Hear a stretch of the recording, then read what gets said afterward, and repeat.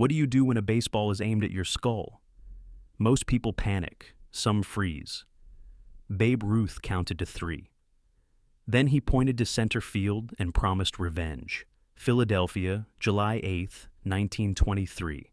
A pitcher named Howard Ehmke is tired of being humiliated, tired of being known as the guy who gives up home, runs to Babe Ruth. So today he decides to send a message, not with a strikeout, with violence. The pitch comes at Ruth's head, high and inside, the fastest pitch Ehmke can throw. Ruth drops. The ball misses by inches. Ehmke smiles, thinks he won, but he has no idea what he just started. Because Babe Ruth does not get mad. He gets even, and his version of even involves a baseball traveling 450 feet, and a promise that will echo through baseball history. Philadelphia, Pennsylvania, Babe Park Clubhouse, July 8, 1923. It was Sunday morning, 2 hours before first pitch. Howard Ehmke sits in front of his locker. 29 years old, right-handed pitcher, should be in his prime. Instead, he is 7-12 with a 4.45 ERA. Career worst. And there is one reason: Babe Ruth. In 3 starts against the Yankees this season, Ehmke has given up 8 home runs. 8, all to Ruth. Every single one. The baseball press noticed. Last week, a Philadelphia sports writer wrote, Howard Ehmke's pitching line should include a special category, home runs allowed to Babe Ruth. His teammates laughed. Ehmke did not. He is a joke, the butt of every Ruth story. Always Ehmke, always the victim. Ehmke's teammate Eddie Rommel sits down next to him. You starting today? Ehmke nods, does not look up. Against the Yankees. Yeah. Rommel hesitates. But you know Ruth is hitting .398, right? 41 home runs already. It is only July. I know. Maybe pitch around him. Give him nothing good to hit. Ehmke finally looks up. His eyes are cold, flat. I am not pitching around him. I am pitching to him. Ehmke, that is suicide. He is going to, I know what he is going to do, Ehmke interrupts. Or what he thinks he is going to do. Rommel studies him. Something in Ehmke's voice. Something wrong. What are you planning? Ehmke stands, grabs his glove. Just pitching, same as always. He walks out toward the field. Rommel watches him go. Does not believe him. Nobody who knows baseball would believe him. Because when a pitcher says just pitching in that tone, it means something else entirely. It means violence. Babe Park, 2:30 p.m. The stadium is filling up. Fed 25,000 fans expected. Largest crowd of the season, because of Babe Ruth. Ruth stands in the batting cage. 28 years old, peak of his powers. .393 average, 41 home runs. On pace for 60. Lou Gehrig watches. You make it look too easy. Ruth grins. It is easy. See ball. Hit ball hard. What about Ehmke? Ruth's grin widens. I love facing Ehmke. 8 home runs this year. Gehrig laughs. Think he will pitch to you? Ruth spits. His pride will not let him do anything else. And when he does, I am taking him deep again. Across the field, Ehmke warms up. His catcher, Cy Perkins, crouches. Ehmke throws. Fastball, high inside. Perkins misses. Control is off, Perkins says. Ehmke throws again. Even higher, even more inside. Perkins walks to the mound. Howard, what are you doing? Just making sure my inside pitch is working. You are going to throw at Ruth. I am going to pitch inside. There is a difference. Perkins does not believe him. Walks back. Ehmke throws again. Inside, always inside. Getting closer to where a batter's head would be. Game time. 3 p.m. National anthem. The energy in Babe Park is electric. Perfect conditions for what is about to happen. First inning, Yankees batting, 2 outs. Then Babe Ruth steps to the plate. Half the crowd cheers, half boos. Ehmke stares at Ruth. Ruth stares back. Ehmke winds up. Fastball. Ruth swings. Foul ball. Strike 1. Second pitch. Curveball. Outside. Ball 1. Third pitch. Fastball. Middle of the plate. Mistake. Ruth swings. Contact. The sound echoes. The ball rockets over the left field wall. 420 feet. Home run. Ruth rounds the bases slowly. And at no showboating. As he passes the mound, he glances at Ehmke, says nothing. Ehmke watches, jaw clenched. That is home run number 9. The humiliation continues. Fifth inning. Ruth comes to bat again. 2 men on base. Yankees already leading 4-1. This game is slipping away from Philadelphia. Ehmke has given up 4 runs, all earned. His ERA climbing with every pitch. The Athletics coaching staff is discussing pulling him, giving him the rest of the day off. But manager Connie Mack decides to leave him in. Let him work through it, Mack says. Bad decision. Ruth steps into the batter's box. Same routine. Digs in with his back foot. Taps the plate with his bat. Stares at Ehmke. Ehmke stares back. But this time, something is different. Ehmke's expression has changed. Not frustrated anymore. Resolved. Decided. He has made a choice. Ehmke winds up. Throws. Fastball. Not at the plate. At Ruth. The ball is headed directly for Ruth's skull. No question about intent. No accident. Pure, deliberate violence. Ruth sees it. Has maybe half a second to react. He drops. Falls backward. His bat flying. His body hitting the dirt hard. The ball passes through the space where his head was. 1 second to go. Misses by inches. Maybe less. The crack of the ball hitting the catcher's mitt echoes through the suddenly silent stadium. 25,000 people frozen. Shocked. Did that just happen? Did Ehmke just throw at Ruth's head? Ruth lies in the dirt. Not moving for 2 seconds. 3 seconds. Nobody knows if he is hurt. If he is unconscious. Then Ruth moves, slowly gets to his hands and knees, spits out dirt, stands up. The crowd exhales, relief, anger, confusion. The home plate umpire, Bill Dineen, immediately steps in front of Ehmke, points at him. That was intentional. Ehmke shrugs, says nothing. Yankees players rush out of the dugout. Lou Gehrig is first, grabs Ruth's arm. "You okay? You hurt?" Ruth shakes his head, dusts off his uniform. "I am fine. He tried to kill you. I know." Ruth's voice is calm, eerily calm. "Babe, you should charge the mound. You should." Ruth holds up a hand, stops Gehrig mid-sentence. "No. What? I am not charging. I am not yelling. I am doing something better." Ruth looks at Ehmke, 45 feet away. Standing on the mound, and Ehmke is smiling like he won, like throwing at Ruth's head was a victory. Ruth walks toward first base slowly. The umpire awards him the base, hit by pitch, except the pitch did not hit him, but the intent was clear, close enough. Where Ruth stands on first base, does not look at Ehmke, does not acknowledge him, just stands there, breathing, thinking, calculating. The next batter flies out, inning over. Ruth jogs back to the Yankees' dugout. His teammates surround him.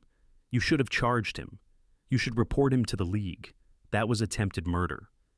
Ruth ignores all of them, sits down on the bench, grabs a towel, wipes his face.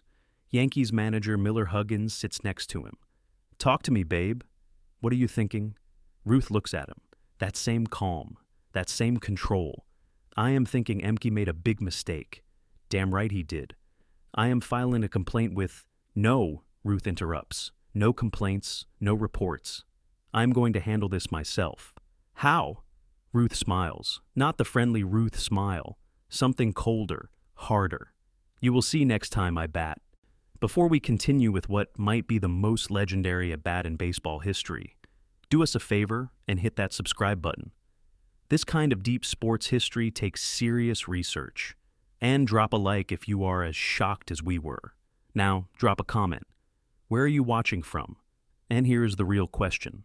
If someone threw a fastball at your head, would you charge the mound or get revenge like Ruth? Let us know below. 8th inning. Ruth comes to bat again. The crowd is on edge. Everyone remembers the 5th inning. Everyone saw the beanball. Everyone is wondering what will Ruth do. Ehmke is still pitching. Connie Mack left him in. Maybe as punishment. Maybe because the bullpen is exhausted. Maybe because he wants to see what happens.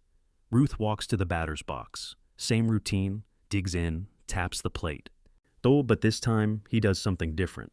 Before getting into his stance, Ruth steps out of the box, looks directly at Ehmke, points his bat at him, not at the mound, at Ehmke, directly at him.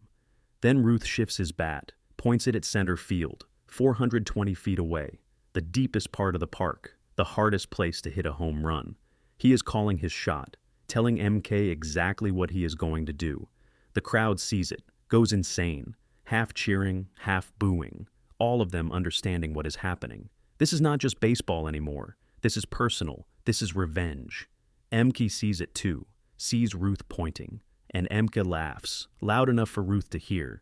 "You think you were going to hit me?" Ehmke shouts. "You could not hit me if I grooved one down the middle." Ruth does not respond, just steps back into the box.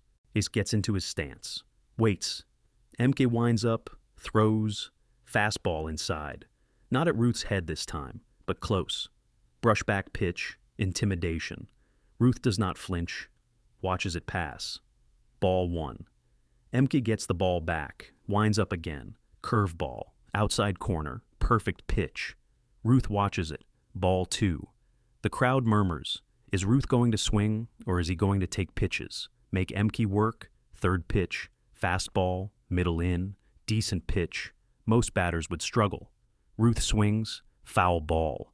The crowd gasps. Ruth just missed. The ball was traveling. If he had made better contact, it would have been gone. Ehmke smiles again, thinks he has Ruth figured out, thinks Ruth is pressing, trying too hard. Fourth pitch, another curveball, low and away, tough pitch. Ruth does not bite.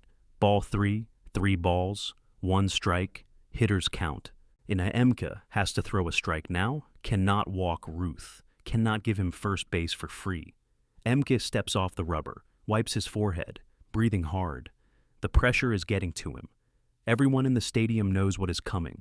Ruth is going to get a pitch to hit. And if he connects, it is over. Ehmke gets back on the rubber, looks at his catcher for the sign. Fastball, middle of the plate. Cy Perkins sets up right down the middle, challenging Ruth, daring him. Ehmke winds up, throws. The pitch is exactly where it is supposed to be, belt high, middle of the zone, good velocity, but not great location. Hitter's pitch. Ruth swings. The moment the bat makes contact, everyone knows. The sound is different. Not a crack. A detonation. The ball explodes off Ruth's bat. Launched. The trajectory is perfect. Rising, climbing. Headed exactly where Ruth pointed. Center field. The center fielder does not even move, just turns and watches.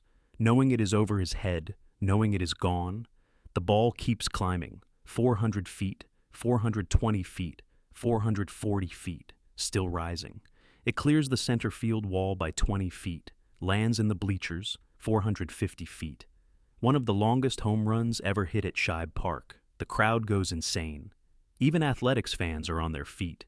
You cannot help but appreciate greatness, even when it is destroying your team. Ruth does not celebrate, does not showboat, just drops his bat, starts his home run trot, slow, methodical. As he rounds first base, he looks at Ehmke, still standing on the mound, frozen, humiliated. Ruth does not say anything, just makes eye contact. That is enough. Yet, as Ruth rounds second base, he passes close to the mound, close enough that Ehmke can hear him. Ruth speaks, 5 words, quiet, just for Ehmke. Do not ever do that again. Ruth continues to third base, home plate. His teammates mob him, celebrating. But Ruth is not smiling, not celebrating. This was not about joy. This was about a message. You try to hurt me, I hurt you worse. Not physically. Where it matters more, your pride, your career, your legacy. Howard Ehmke stands on the mound alone. Everyone has stopped paying attention to him. All eyes on Ruth. Ehmke is invisible, irrelevant, exactly what he feared most. The game ends. Yankees win 9-2. Ruth goes 2 for 3, 2 home runs, 5 RBIs. Routine day for him, career-ending day for Ehmke. After the game, reporters swarm Ruth in the clubhouse. Babe. Ehmke threw at your head in the 5th inning. What happened? Ruth shrugs. Pitch got away from him. Happens. It looked intentional, maybe. But I am not interested in talking about it. What about your home run in the 8th? You pointed to center field before the pitch. Ruth smiles. That cold smile. Did I? I do not remember. Come on, babe. Everyone saw it. You called your shot. If I called it, then I guess I delivered. Did not I? The reporters laugh. Write their stories. Ruth calls home, run after beanball. Babe's revenge. 450-foot message. The story spreads. By the next day, every newspaper in America is running it. Babe Ruth, nearly killed by a pitch, responds by calling a home run and delivering. Baseball legend. But here is what nobody writes about: the consequences. Howard Ehmke pitches 3 more games that season. A gives up 14 runs. ERA balloons to 5.03. After the season, the Athletics release him. His career is over. Minor leagues for 2 years. Never makes it back. Dies in 1959. Forgotten. His obituary mentions he pitched against Babe Ruth. That is his legacy. The guy who threw at Ruth and paid the price. But the bigger consequence is what happens to baseball. After July 8, 1923, the baseball world starts talking about beanball rules, protecting hitters, punishing pitchers who throw at heads. Eventually, rules change. Throw at a batter's head intentionally, ejected, suspended, fined. Players call it the Ruth Rule. Informally, everyone knows. The rule exists because of what Ehmke did and how Ruth responded, not with violence, with excellence. The best revenge is not fighting. It is winning so completely your opponent is erased. Years later, 1948, Babe Ruth is dying. Throat cancer. Hospital room in New York. A reporter asks him about his greatest moments. Ruth mentions several games, several home runs. The reporter asks, "What about the time you called your shot against the Cubs in the 1932 World Series?" Ruth smiles weakly. Everyone remembers that one. But that was not the first time. What do you mean? 1923, Philadelphia. Guy named Ehmke threw at my head. I pointed to center field next time up. Hit it exactly where I pointed, 450 feet. Nobody remembers that one, but I do. That was the real called shot. Why did you do it? Ruth thinks for a moment. Because I wanted him to know. You cannot intimidate me. You cannot scare me. And all you can do is make me better. And when I am better, you disappear. 2 months later, Ruth died. His legacy secure. The greatest player who ever lived. The man who changed baseball. Not just with his bat, with his mind. With his understanding that real power is not destruction. It is domination. It is making your enemies irrelevant. Howard Ehmke tried to end Babe Ruth's career with a fastball to the head. Instead, Ruth ended Ehmke's career with a 450-foot home run to center field. And that is the difference between violence and greatness. Violence is temporary. Greatness is forever.